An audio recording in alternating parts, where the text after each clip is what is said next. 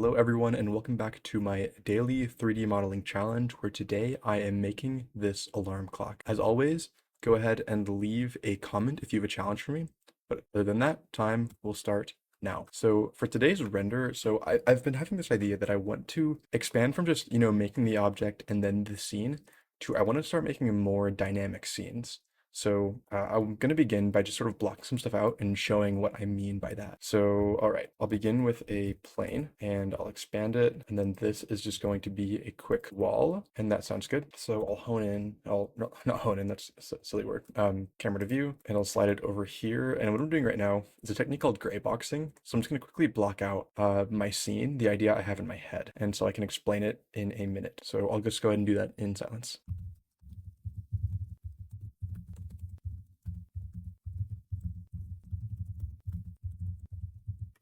Okay, so I have the basic objects that I want to have on my scene. So I want to have this like faux sort of bedside table, and then I'll have this alarm clock here. And I want to change the camera to view so that the alarm clock, and I'm gonna model it such that it sort of gets wider at the top here. So I might even show that now with some proportional editing. Grab it and move it up, or maybe scale it up. Move it up, no, scale it on the X.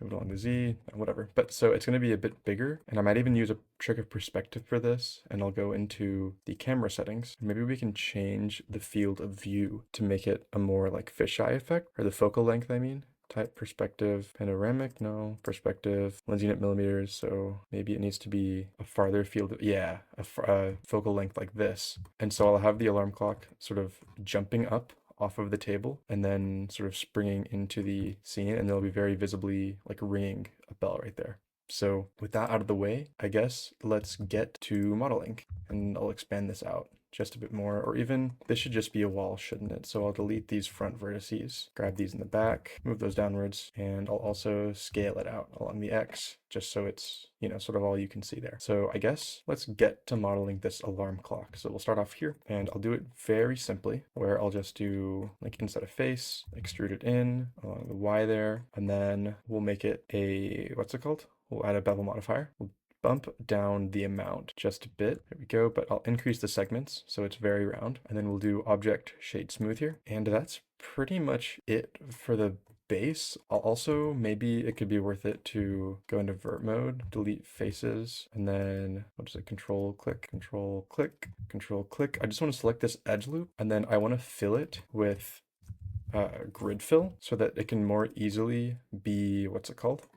Deformed. Although I suppose actually, no, whatever. This is good enough for our purposes because that looks to be about in the center. So I'll change it to a sphere deform, grab it along the Y, and I'll narrow the scope down just like that. And with that, that's a nice basic alarm clock shape. So I'll model out some legs next, and then I'll do the bell. For the legs, it can be mirrored on both the X and the Y along our cylinder, or maybe not the Y, maybe the Z, or maybe we just have to apply scale and went along yes, along the Z-axis. So move it along the Y just a bit, cancel. We will move that down. We want to rotate this on the Y, go to a front view, scale it along the local Z, scale it Z like that, make them thin, and just place them into our alarm clock like such. And I think the feet ought to be spheres. So I'll add a UV sphere, scale that down, turn proportional editing off, scale that down, give me a bottom view, move that over there, give me a top view, and that's just perfect. The alarm clock might even be a little high though, so we can move it down like that. Unsolo, hop into camera view. We'll re-solo that. Oops. I think it's H is the hotkey. There we go. So I'll just parent these, parent to object, and then we can see how it looks from that view, and we can unhide this cube so that we can then move this up back into position. And funny enough, the legs weren't even visible, but it looks even a little off. So I might move it down like this, like that, and then move this up, sort of rotate it along the Y and have it maybe framed just like that, maybe even down a little bit. Is it still coming off the table? No, but that's good enough for me. So we'll re-solo this, and then I'll just model the bell really quickly. We're looking good on time. So I'll just add in we'll start with the cylinder, and then we'll scale it down.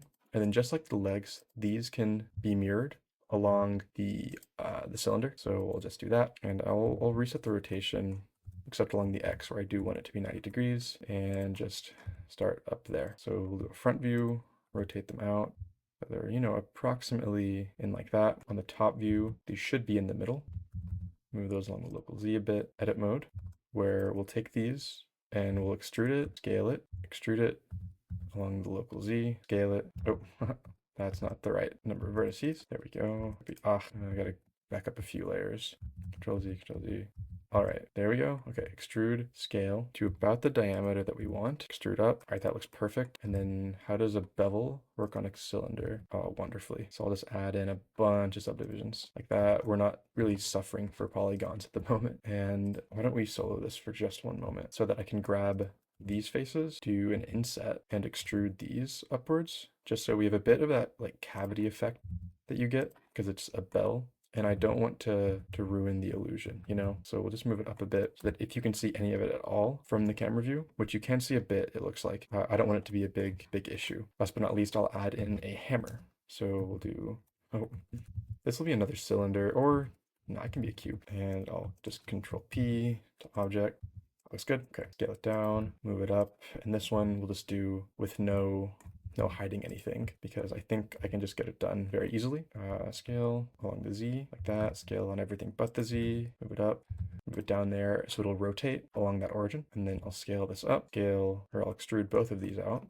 Can we do it at the same time? Where's individual? Whatever. We can just scale it on the X like that. And from here, we can just choose to bevel the edges we want, or we can even just add in a little bevel modifier here, add in a couple more segments, maybe even a bit more of a bevel. And then it does need some modeling, unfortunately. I was hoping to make this a bit more quick and dirty. Control R, click, and scale that down to be the same size, and that's good enough for our purposes. Bing, bing, bing, bing, bing, bing, bing, bing, bing. Perfect. Beautiful. Okay, so now we have to texture everything. And we're looking good on time still. So I want to go for an NPR look. So you can also say this is whatever.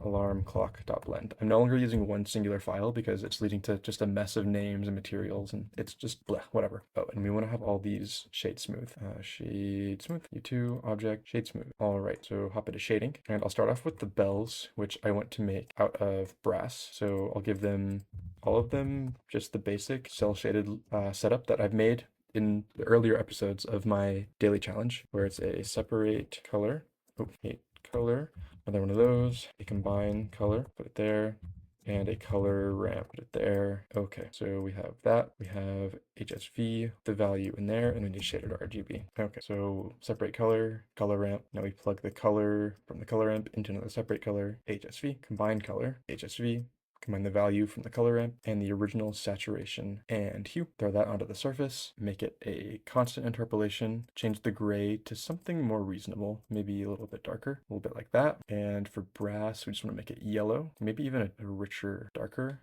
yellow even. You can expand that, you can go further, keep expanding. And because it's metal, I might actually change this to something like cardinal, maybe. Let's make the stop super tight.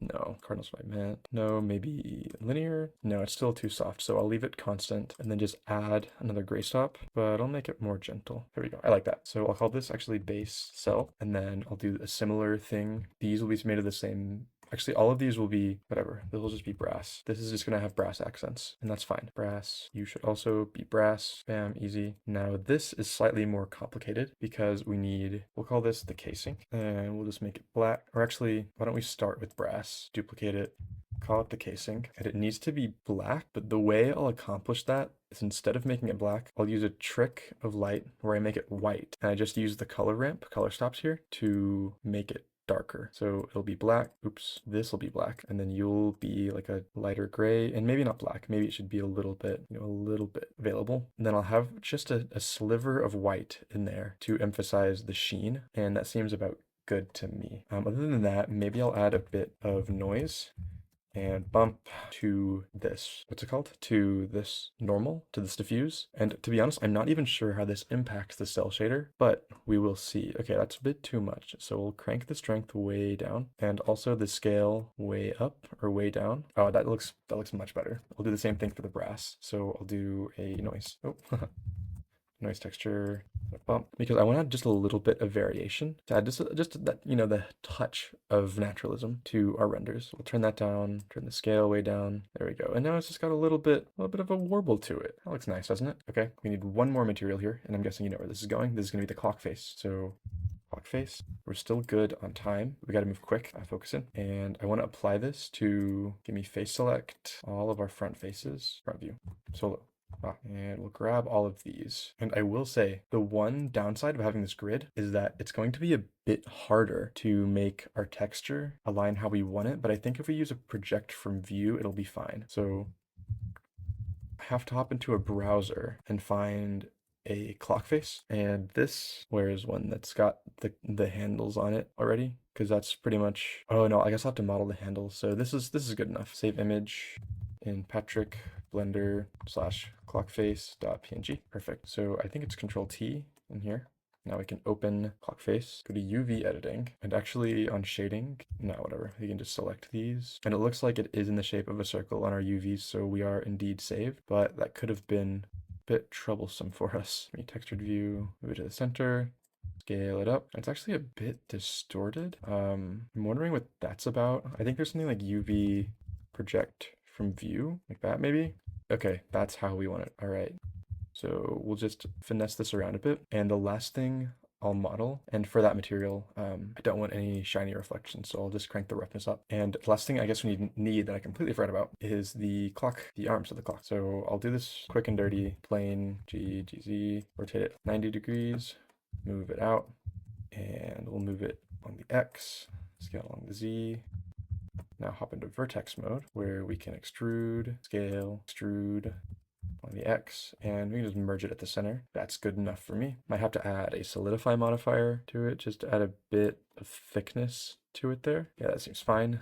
And then I'll add just a bevel because all of these are beveled, and that's just sort of the theme of this session, this modeling session, I suppose. And it's not even beveling anything, so I guess it'll be good enough as is. So I'll scale it down, turn textured view on, make sure it's centered with this. So that's our minute hand. So what time shall we set our alarm? I think having it set to something like, that's kind of fun. What time do I wake up in the morning? I wake up at about 6:45, so we'll imply that it's been going on for a minute. So put it there, add another one, scale it down, rotate it along the Y, yeah, to 6, or actually no, I want to alt duplicate it because it'll link a bunch of attributes that I want to be linked, notably the material.